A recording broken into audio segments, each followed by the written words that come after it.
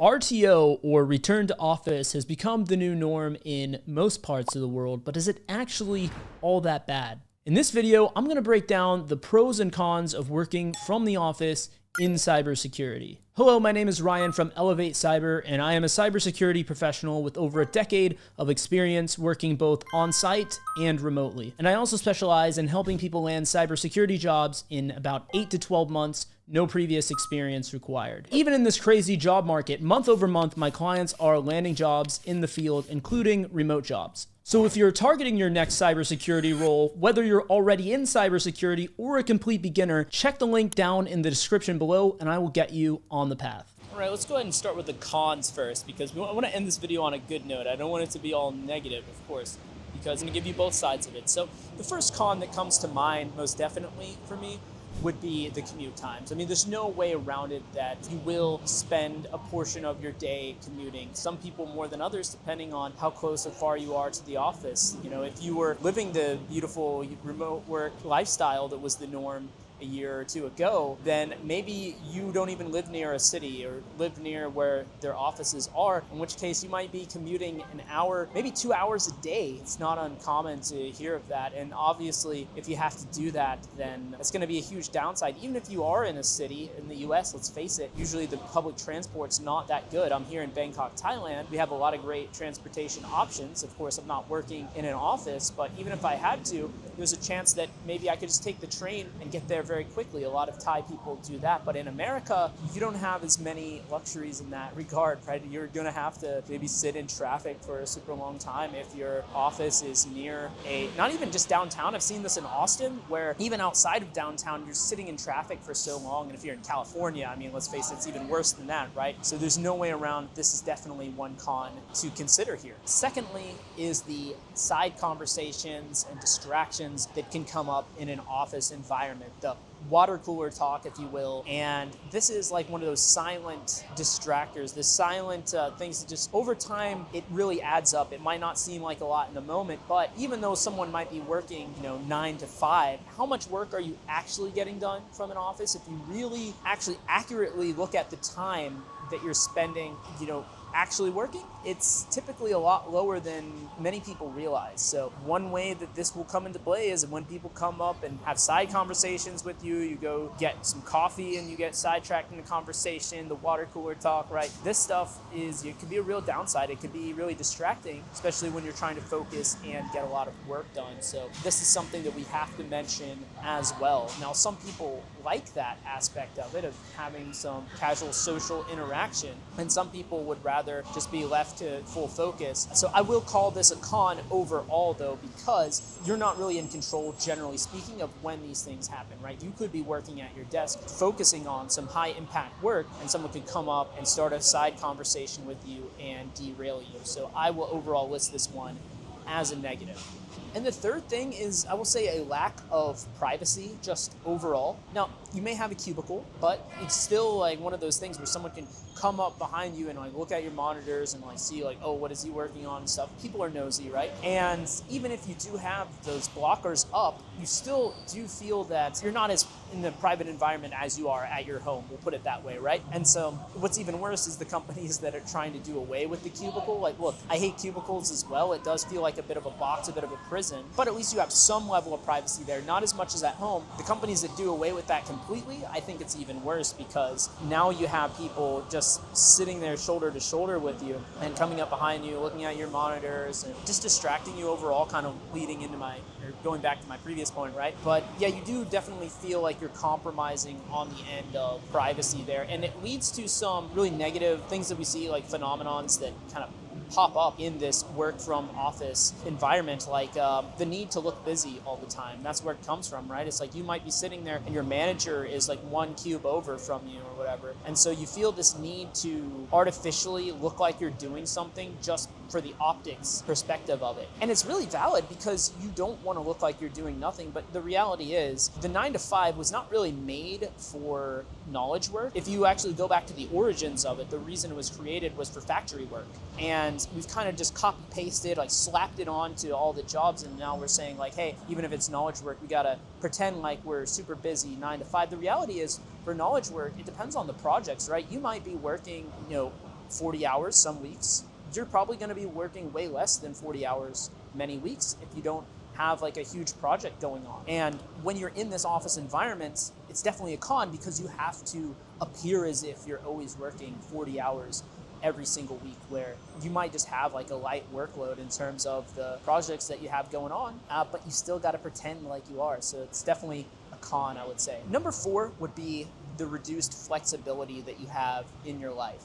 Even if you have a pretty good work from office situation, you still have less flexibility than you would if you were just working remotely, right? And even if you are working remotely, doesn't mean you have complete autonomy to work from wherever, whenever. However, when you have to work from the office, especially the return to office that we're seeing right now in 2025, a lot of these companies are being very inflexible about that. And so you might have no wiggle room where you have to go into the office 5 days a week and there's no exceptions. You don't get Fridays to work from home ever. You're always working from the office. Or you might be working for a company that gives you a little bit of flexibility in that sense, where you can work from home occasionally, and in certain circumstances maybe you're able to, they can work with you and be a little bit flexible on that. But overall, you're definitely going to have less flexibility than you did when you were working remotely, or than someone that's working remotely would have, let's just say that. So overall, I would list this as the 4th downside to return to office. And number 5 is something that personally, I really hate this one. This one ranks up pretty high for me.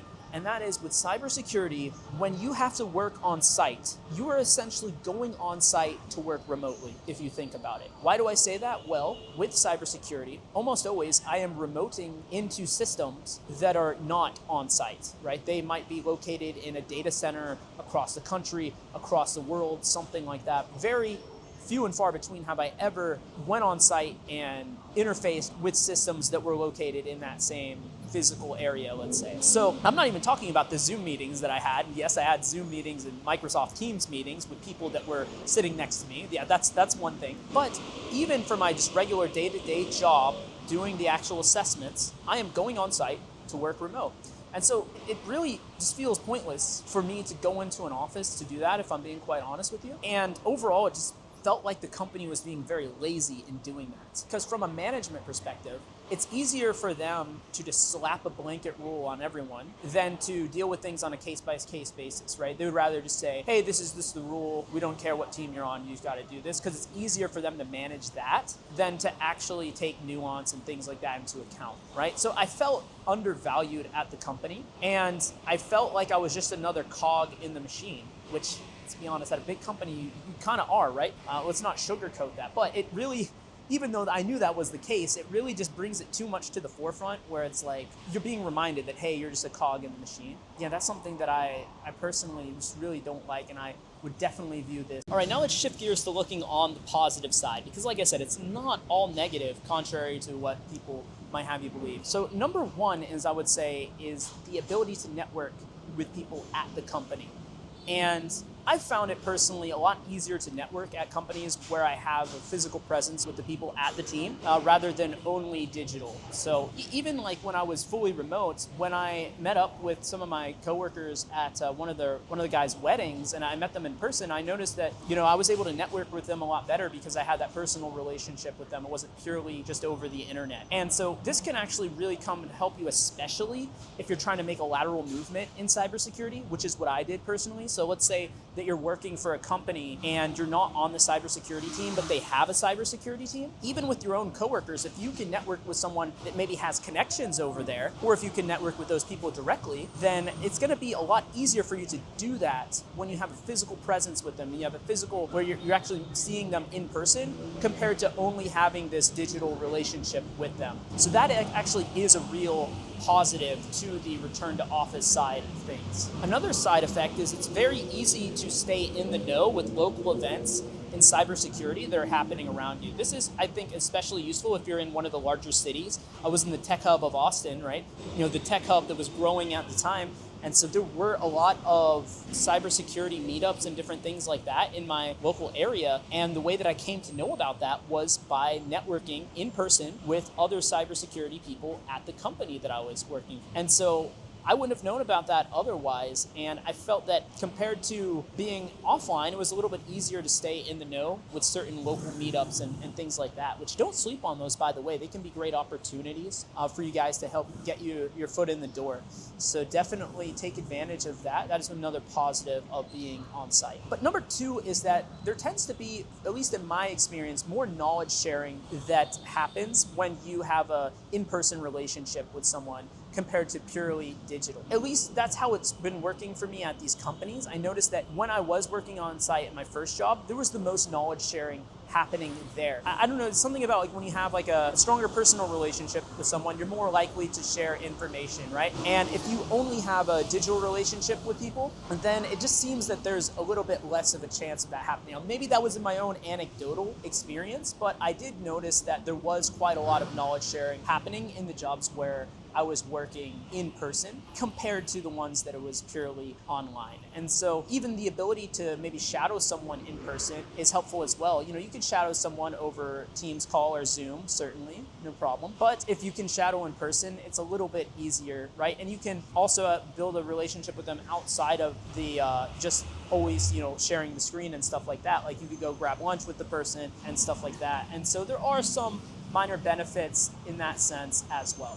Number three is a bit on a case-by-case basis, and that is that some people find the office to be a less distracting environment. I know in the cons I said, hey, for me this is a negative, but for some people, I think particularly people that have like a pretty chaotic family life, you have a big family, if you're not a single guy, maybe you have a lot of kids and stuff like that, then you might find that it's easier to focus in the office because there's so many distractions at home. Now, a lot of people have home offices and stuff as well, so it's really on a case-by-case basis. There's also some people that they are not very disciplined to get work done at home when they don't have the boss looking over their shoulder. So if you're more of an independent person, then this could be a con, but if you are someone that needs that kind of motivation, let's say, then this could be an upside to returning to office as well. Number four is a pro that I think a lot of people are sleeping on, and you're probably gonna like if you're hunting for a job right now, and that is that it can actually make the job search process easier. Because think about this, right? If all these companies are doing a return to office, then by nature, that is going to narrow the amount of eligible candidates for a lot of these jobs. Why? Because they want someone that is local to work locally, right? So instead of applying and competing for the job against the entire world of applicants, you're competing with people that are in that area. Now, some companies are gonna pay to relocate them, but you still have an advantage if you're already there, because then it's lower cost to the company because they don't have to pay for relocation, right? So this is actually going to make jobs a little bit easier to land than they have been currently, because if you live in a tech hub like Austin or in California or some of these places that have a lot of tech jobs, and if you move in those locations, then you're going to get a lot more reach outs. Now, as an experiment, just so you know, I'm not just saying this or whatever, I've actually went and tested this. Me being in Bangkok, Thailand, I put that on my LinkedIn, and I noticed that I got less reach outs because a lot of companies are doing the return to office thing, right? Makes sense. I went and I changed my location back to Austin just to see, and I was getting a lot more reach outs by recruiters again. So that goes to show that your physical location matters as well right now with the current job market and the whole return to office thing. And that also means that, hey, if you relocate or if you live in a place that has a lot of these jobs available, it's going to be easier for you to land them perhaps than it was previously. And the number 5 benefit to being, having to return to office, I would say, is that certain issues are easier to deal with in person and to get resolved in person than they are online. And a lot of these tend to have to do with office politics and things like that. One of the upsides in cybersecurity for most of the cybersecurity jobs overall, especially as a pen tester, is that you have to deal with less office politics than some of the non-technical jobs out there, right? But still going to be some elements of that, especially for big companies and things like that. The larger the company, probably the more the office politics there are at play. But one of the nice benefits of return to office is you can address those a lot easier, right? You can go to people's desks if you really have to, because like I said, you're going to build stronger relationships in person than you probably will online. You could leverage the connections that you have to get around some of the BS in terms of the office politics that might be at play. And if you're good at navigating this area, especially if you're in management or something within cybersecurity, it is going to be a real upside to have returned to office for certain niche situations, mostly, again, like I said, involving the office politics. So that's what I've found as well. There's certain things that were a little bit more annoying than when I was doing the whole remote thing. So there are definitely some upsides to return to office. What do you think overall? I'm going to be honest with you. I still highly prefer remote, but it's not all doom and gloom out there. If you have to work from an office, there are certain benefits that I wanted to bring up in this video. What do you guys think? Did I miss any? Let me know down in the comments section below. What are some of the things that you would have added or maybe taken away from the list here? And like I said, if you want to fast track yourself getting into cybersecurity, even if you watch this video and you're like, okay, you know what, I'm fine with working on site, I just want to get in the field, or maybe you watched it and you're like, yeah, I'm definitely still 100% remote or whatever, I can help you in either case get a job in the field, whether it's on site or remote. So just follow up, like I said, with the link in the description below, and I will get you started on that path, and I'll see you guys in the next video. Thanks for watching.